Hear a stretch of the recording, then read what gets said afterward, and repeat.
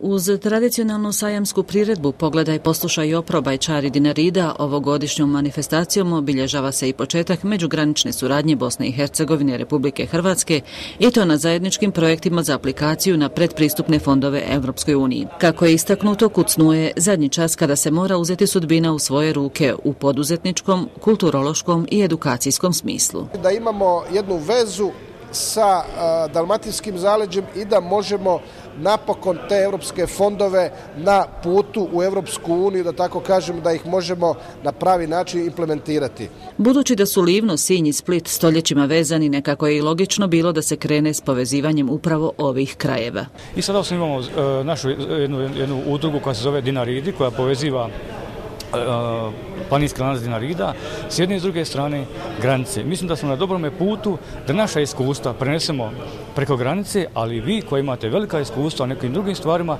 da zajedno radimo. Za nas ovo puno znači, mislim da nama fali ovakvi manifestacija, ovakvi skupova, što više to bolje. Ovom prigodom je i službeno promovirana agroturistička cesta sira, pršuta i vina, koja će biti ne samo turistička atrakcija i osvježenje za oči i nepce, nego i spoznaja da se krećete tragovima ceste stare više od 2000 kojom su prolazili drevni Dalmati i Rimljani, a Hrvati stigli na Jadran.